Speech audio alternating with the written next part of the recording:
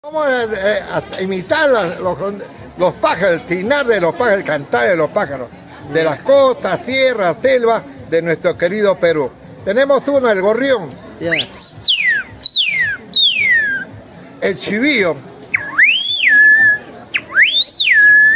el chihuaco o zorzal,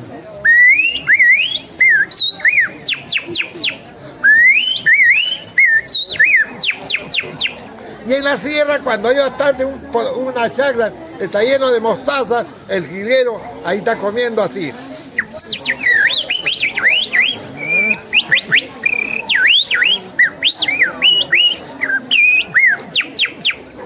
El perrito, el gallo, la gata, el gato macho, y cuando los gatos están en celo, así le llevan un recuerdo para usted. Gracias. Imitaciones de pájaros y animales que no son pájaros. Por ejemplo, podemos imitar el gorrión, el chivío,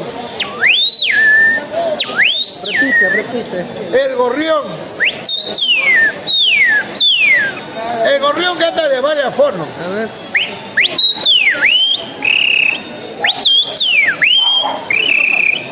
El chihuaco también canta en otra forma, tiene varios nombres.